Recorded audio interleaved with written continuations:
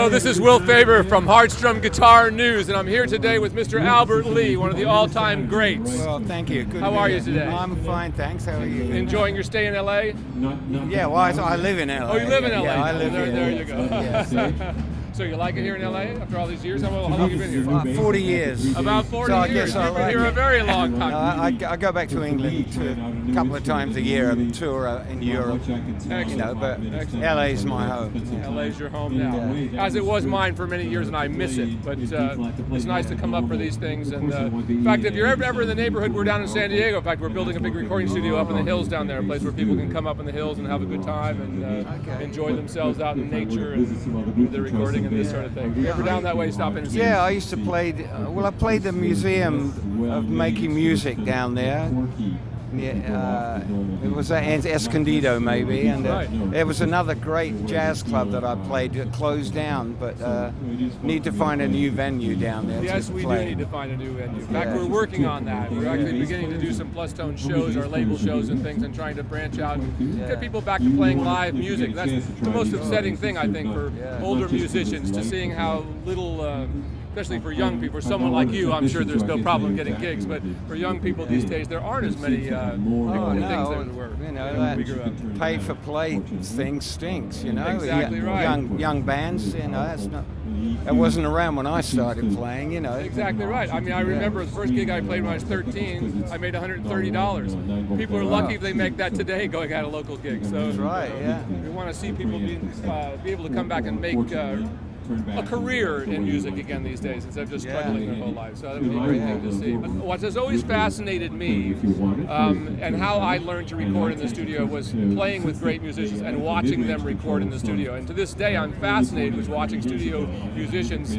Part of the thing we're trying to do is do little clips so people can experience what it's like to watch these great players do what they do in front of the studio. Any advice to other musicians about how to get to that point where you can get in the zone really quick and be where you need to be to record well, the music? Fortunately for me, people know what I do and how I play. Yeah. So, you know, a lot of the material I play on is pretty simple. Occasionally I'll get something where someone knows my name, but they don't really know how I play. And they'll ask me to play something specific on a track, you know, and it won't turn out exactly what they had in mind, but they're usually happy with what I come up with, you know. It'll be something totally different. Well, it certainly doesn't sound simple when you get done with it.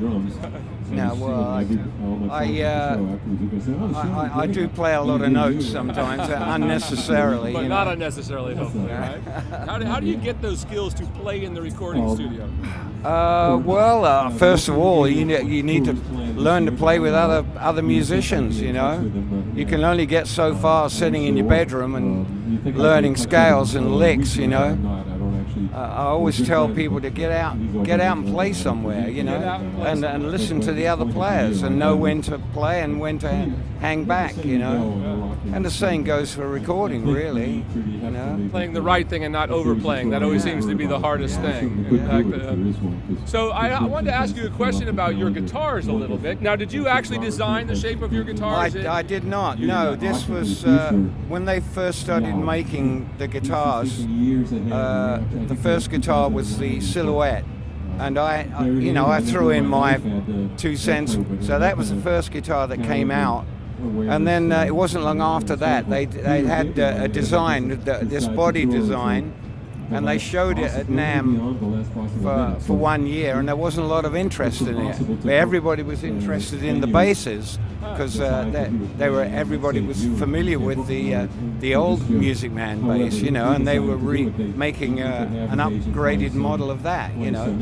So they actually made a couple of prototypes of this shape, which Sterling gave me one, which became my #1 guitar. It's a very beautiful guitar and very distinctive, and one of those few, you know, we were all used to the usual Fender and Gibson designs, and it seems like guitar makers have had a hard time breaking out of those molds of those classic guitars that we all grew up with. Yeah, well, it's a hard sell getting people away from those, but with all the other models that they do, a lot of people are picking up on them, How would you describe your tone? Well, I've always liked the twang, Yeah. but it sounds like a Strat, but it's more comfortable to play and more consistent in the way they've made them, Well, it's that thing. I think some of the brands that we're used to nowadays, to get a good one of those guitars cost a fortune. They've actually done an entry-level model of mine that's I think it's made in the Far East. It's called the Sterling. So that that's so that's a good way to go for the people on a budget. Yeah, it's amazing to remember when we were kids, right? You couldn't buy a good guitar for a couple of $100s, right? You either had to buy a cheap Tesco or something like that, or you bought a Fender or a Gibson. Those were your choices, or maybe a Gretsch back in those days, which was way even higher back in those days as we were younger. So it's wonderful. I think that the young people can buy a decent guitar that's actually playable. In the late 50s, the American guitars were obtainable, Now they're really unattainable. Yeah, I'm amazed. Well, it's true in a way, but if you want the quality that's made in the US, you've got to pay at least $1,500, maybe $2,000, but you're getting a really good instrument. Yeah. I played on a lot of good country records, most of which were recorded in LA.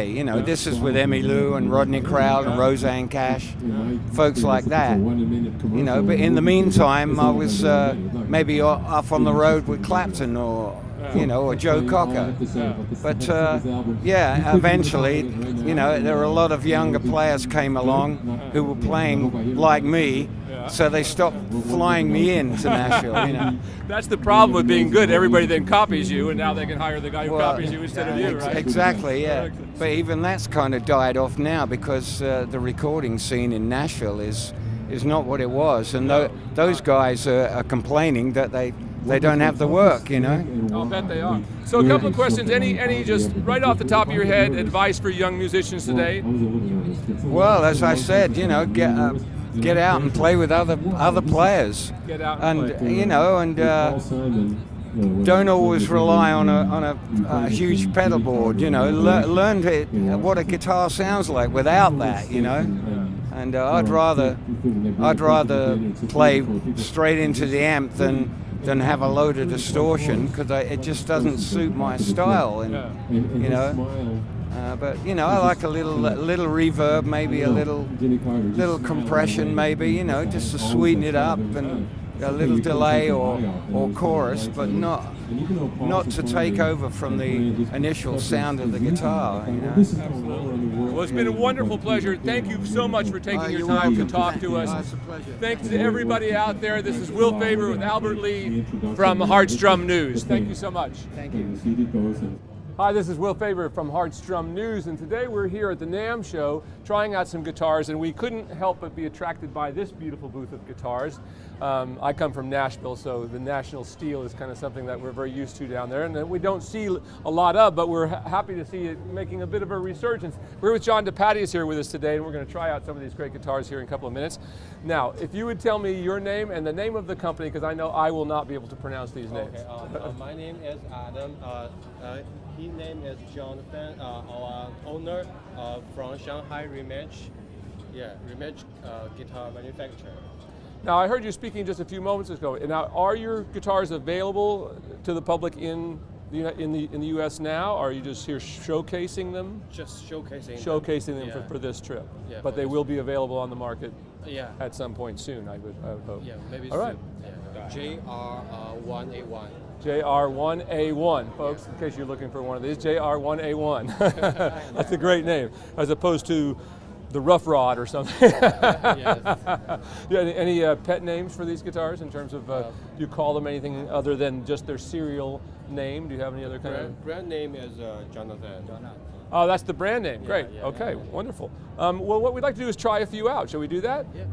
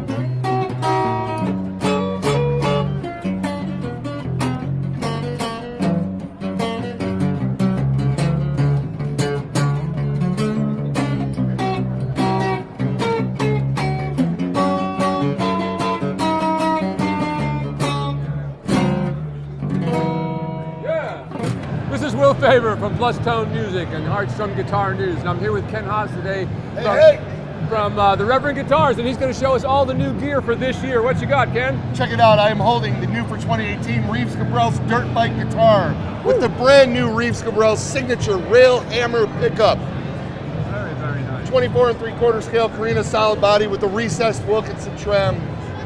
It's a rock monster. Excellent. I can't wait to hear that one. What else you got tonight? Oh, we're just getting started. I know. This is the brand new Revered Air Sonic. It is a 25.5-inch bolt-on solid body guitar where the center ridge is thick for your initial attack and sustain, but the wings have been made very, very thin, and the F-holes are punched straight through so that it allows the wings to resonate freely. And the guitar actually has tones of a semi-hollow in a large-bodied solid body. Beautiful. We're doing colors too. Thank you very much. Yeah. We're doing a hardtail with hyper vintage rail hammer pickups, and we're also doing a trem version that has our Nuevo 90 pickups in it. These are bad to the bone, of course.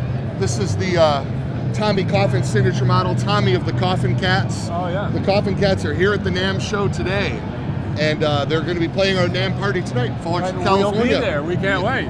These guys are awesome, punk rockabilly, and just absolutely killer band. It's our King Bow platform with the roasted maple neck, silver sparkle and red sparkle. This is a really cool little guitar too. This is our first UK proper Revered signature artist. The gentleman's name is Matt West. He plays in a band out of the UK called Neck Deep, and this is our Jetstream, but just with a single P90 pickup and a reverse headstock. Last but not least, I really gotta show you guys a TERS. In case anybody's ever heard the word TERS. TERS, that's TERS. T-E-R-Z. And you're gonna tell us what that means. Yes, it's a 19th century instrument from when you would have like a large guitar orchestra type band. And it comes in between a standard guitar and a tenor guitar. So it is a 6-stringed instrument that is tuned to G standard. Excellent. So it is just as if the easiest way to think about it is you put a capo on the 3rd fret of your guitar and then you just play it standard, right? Anybody's ever played with capos knows that we all hate them. So Right, what a right. great idea. It's 21.5-inch scale bolt-on roasted maple neck. This is the second model that we've done with Mr. Billy Corgan. When we did the original model with Billy a couple years ago, this was on his radar, something that he wanted to do. Wonderful. So he capos the third fret a lot in Smashing Pumpkins material and some of his solo material. So he was real excited for us to go ahead and make this project a realization. What we didn't realize was a lot of companies you can custom order a tourist guitar from, but nobody has ever made a production electric guitar that is come standard in this tuning. So this is a Reverend first and a Billy Corgan first, the Reverend Billy Corgan BC2 TERS model.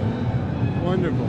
So what I think is going to happen here, you guys are going to plug some of these in and rock out. That's what we're going to do. So that you guys at home can see what they sound like. Exactly what we're going to do. Ken, thank you so much for spending You time bet. with us again today. As Absolutely, you know, my we're pleasure. huge fans of your guitars, and Thank you. we will give the new ones a rundown. All right, everybody.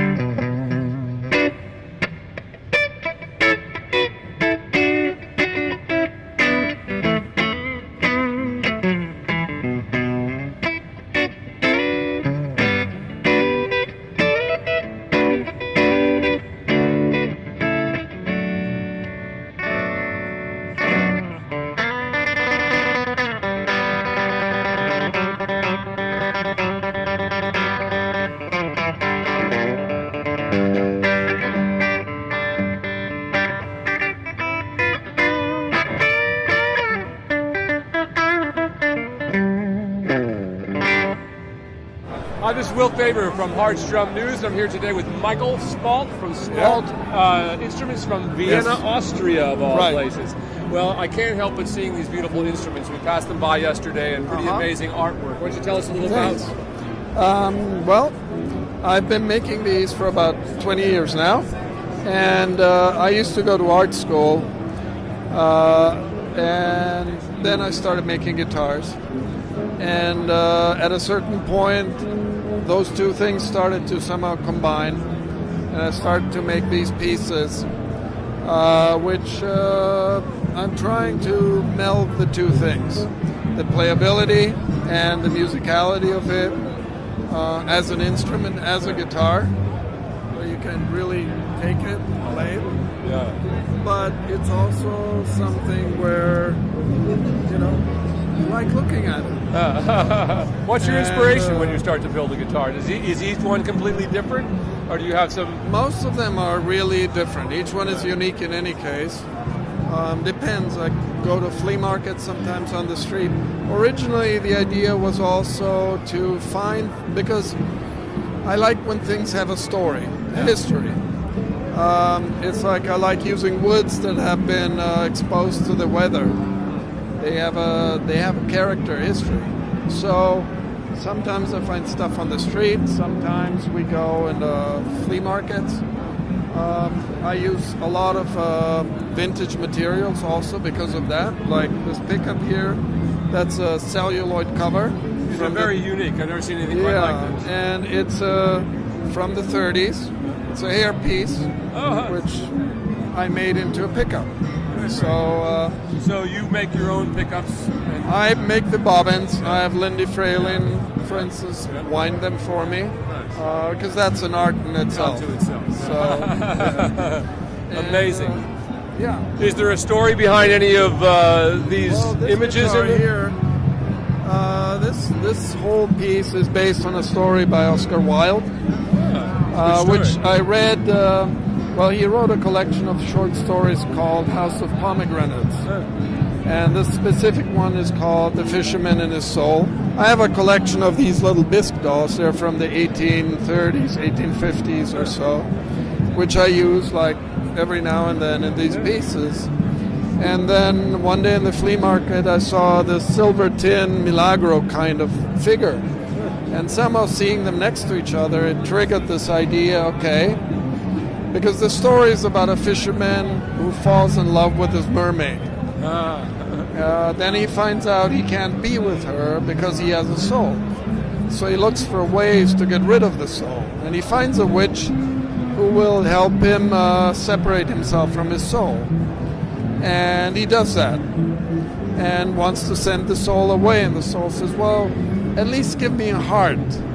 And he says, no, I need that because that's where my love for the mermaid is. And the one thing the soul can extract is the promise that once a year they meet again. So the fisherman goes off back into the sea with the mermaid, and the soul travels the world and has adventures. And since it doesn't have a heart, it doesn't have a conscience. So all sorts of things happen, and then they meet again. And the soul tells the fisherman his adventures. And it's written in a very oblique style, so you kind of have to guess what the soul did, but it's not explicitly, described. It's part of the power of the story. It's this really interesting Victorian kind of morality love play. Anyway, they do this a few times, and eventually the soul comes back and says, in a city about a day from here, I saw this dancing girl, and she had these little white feet that were like doves flying. And the fisherman is thinking, okay, my mermaid doesn't have feet. I kind of miss that. I want to go see that. So the soul says, well, come, take me back, and I'll lead you there. So he does that. And they come to the city, and there's no girl, but the soul makes him do things. Again, in this oblique style, bad things. And he's horrified, but the soul has power over him. And she says, well, you never gave me a heart. What did you expect? So it ends up as an unhappy love story in the sense that, the little mermaid washes up on the beach dead, and he sees her, and He's desperate, and his heart breaks, and the soul can enter again. And so, in a way, it's kind of a bittersweet ending, but it's a pretty powerful story. And so this was kind of the genesis of this piece. Should be able to play some very soulful music on this. Yes. So yeah, and then That's one of the most interesting stories I've ever heard of how to make a guitar. That's fantastic. and so we made this cabinet also. Oh, this is part of This is part of this the is piece. part of the whole thing. Yeah. So this is actually an amplifier that goes with it. Yeah. That you can plug There's in. an amplifier, and my friend Tommy Aguilar of Apache Amps built it for me. And then we have a little drawer. And this is an old edition of the story of Oscar Wilde. So it's comes as a whole, piece with its own story. Art is not supposed to be something that you can use.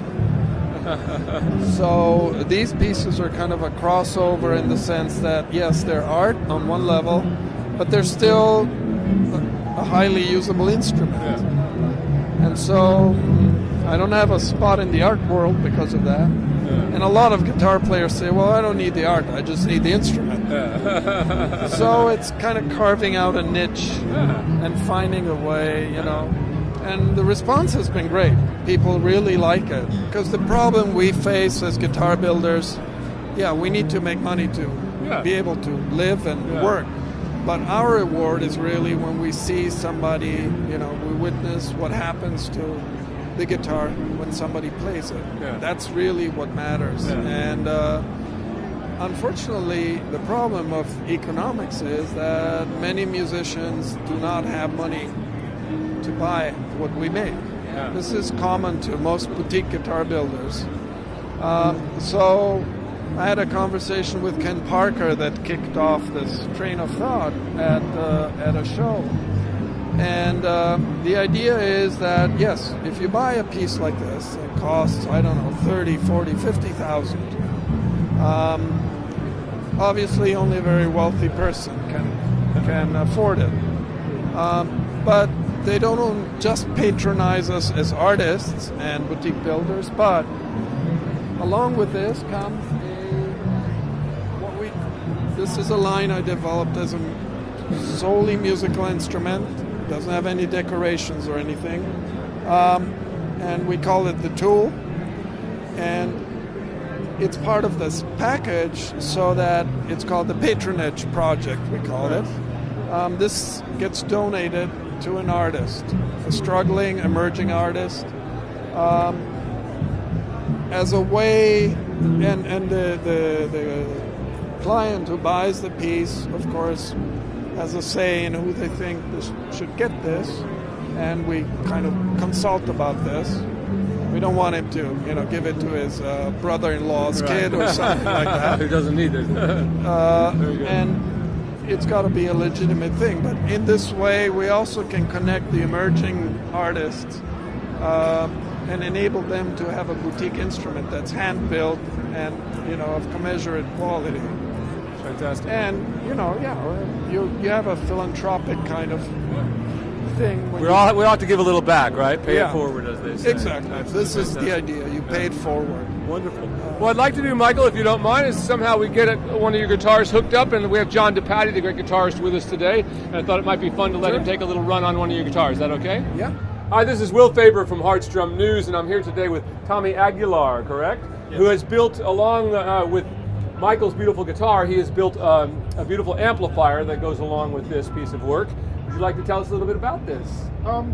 It's really made for just giving you the most natural, I would say,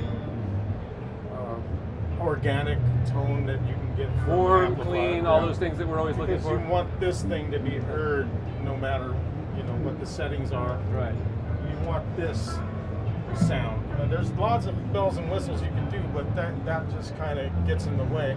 So you do the shortest distance between this and the speaker, and that's the idea. And this is an old idea that I did for Michael. I have my built for him probably over 15 years ago, and when it was done, I didn't want to give it to him. So that's how much I loved it. And it was back and forth through the years. It's been through different hands. Michael named it the Wolverine because it's small but very ferocious little animal. And that's the thing with it, is you want the dynamics of your playing to really ring through. So when he picks harder or he picks softer, you know, it's all about the dynamics and the mood, what you're trying to express with your heart through the instrument. Is, you know, that's the goal, is to get that as pure as you can. And Jimmy Page used to say light and shade, right? You want both of those things. Yeah, you want that thing to actually, you want to be able to sing, you know, with, you know, to be, it's like when I'm playing with my amps and playing with a band, what I'm doing is I'm trying to sing my song, you know, so the singer better shut up. Right? So it's my turn to sing, you know, and express my song, you know, to the best of my ability. And so that's what I designed my amps to do, is, you know, to allow the musician to really express, you know, all their emotion and their, you know, what's going on in here. They can get it right out there. It's a lifelong kind of quest. There you go. Yeah, I'm not really good at interviews, That's all right. but it's lifelong. It never ends, and you're always trying to find something more. You know, it's always there. You're like, this, you know, this is missing, or maybe not missing, but it would be really cool to try this and see what happens with the. Wonderful. You know, I asked Albert Lee earlier in the day to give me a couple of words describing his tone, and he just said twang. That was pretty funny. So now, do you have your own amplifier company? Do you work for other people building custom amps, or do you have a line of your own amps here? It's been mainly my own amp company, Apache amplifiers, Apache amps. Apache amps, right. But yeah, I don't do a whole lot of marketing. It's a lot of one-off, kind of like Michael's work. Right. You do a one-off, a custom instrument for a client, or you just build them really special, and then somebody's like, oh, you know, I love that. Yeah. You know, how much? So this one I kind of did, you know, with the antique parts, and then I used in the circuit. I used old, you know, British caps. The capacitors are all mustard caps from Great Britain. So I saved them up for something like this. Wonderful. And they sound great. Well, wonderful. We can't wait to hear it. Let's let John take a little run on it.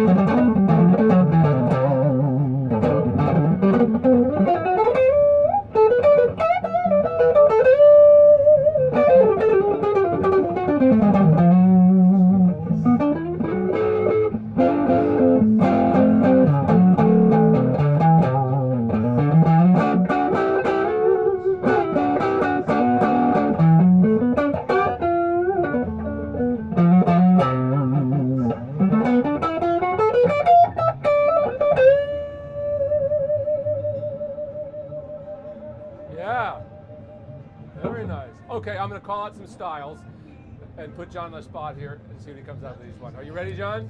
I don't know any. I know you do. 5 styles real quick. Country. I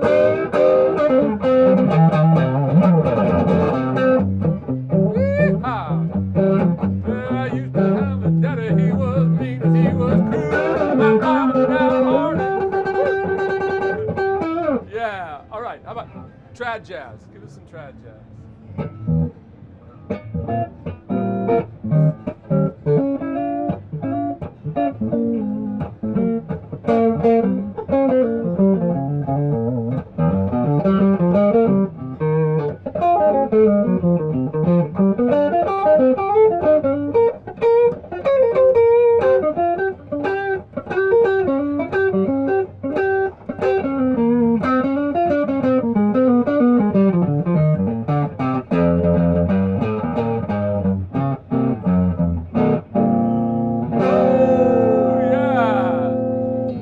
Rock it out with a little blues thing just to wind it up with.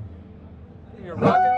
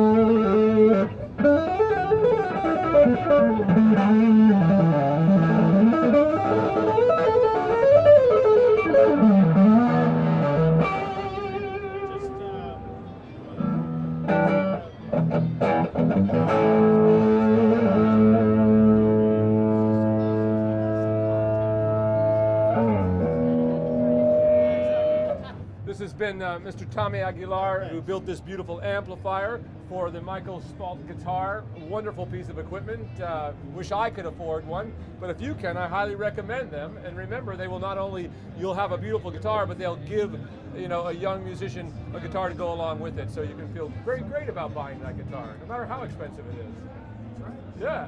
All right, guys. Thank you all so much for joining us today, Tommy. Absolutely fantastic. Absolutely fantastic. Thank you so much. This is Will Faber from Hardstrom News, and today I'm here with Obid Khan, who is the maker of Khan Amplifiers. Yeah, that's right. Thank you. Yes. Who also designs, I gather, the amplifiers for Magnetone. You're also involved with Magnetone. Magnetone, Yes, sir. which we interviewed last year, which were incredible. So tell us about your own gear here. This was a little summer project creation that I came up with, and I saw all this stuff, Class D stuff in the industry getting smaller and smaller, and I thought, well, wouldn't it be rather interesting if you put a complete all-tube amplifier in a miniaturized package such as this? And so I made this amp, which is 18-watt all-tube, 2-channel or single-channel configuration, and it just gets you a classic guitar vacuum tube sound, you know. Fantastic. Yeah, and you know that Class D stuff, it's no good. It just doesn't do it. Yeah, you don't get that true tone of the guitar. No, out you there. don't. Yeah. Behind me, if it's behind me, I know it, and I hate it. I turn around and I look at it all the time in a bad way. This, if this is behind me and it feels right, it sounds right, and it's, I'm happy. Wonderful. So as long as the other guitar players get it and feel it, they're happy too. This show has been the first time that guys actually looked at it and understood what it was, because most of the time they don't know what it is. They're like, what is it? Is it an attenuator? Is it a preamp? Is it this? Is it a preamp? That was my first question. Is that a preamp or is that actually an amplifier? It's a real amp. So amazing. Just getting over that hurdle, them understanding what it is. Well, the older we get, the less gear we want to travel with, right? And the less That's gear we want to true. carry. I love the idea of this. Absolutely fantastic. Thank you. Anything new coming out for next year? This is the thing you're working on most. Tell me what you got going on in the future. Anything? In the future, I might do like a larger power version of this, because some guys will say, hey, 18 watts isn't enough. Yeah. For the time being, I'm just trying to get the word out there, so people know about it, because I think it's relatively unknown at this point. Yeah. Well, we're going to try to make it a little more known for you. Yeah, So we have the great John DePatty here with us, John, a wonderful yes, guitar sir. player right here. And so what we're going to do is get these two guys to have a little jam session together. Con's just going to play a little backup. Hey, He said he's not really into being in front of the camera, but he's done very well here today. Okay, thank right? you. Yes. So we're going to get him both to strap up here a little bit, if you will, in a good way, and then we'll play a little music. All right, we'll be right back to you.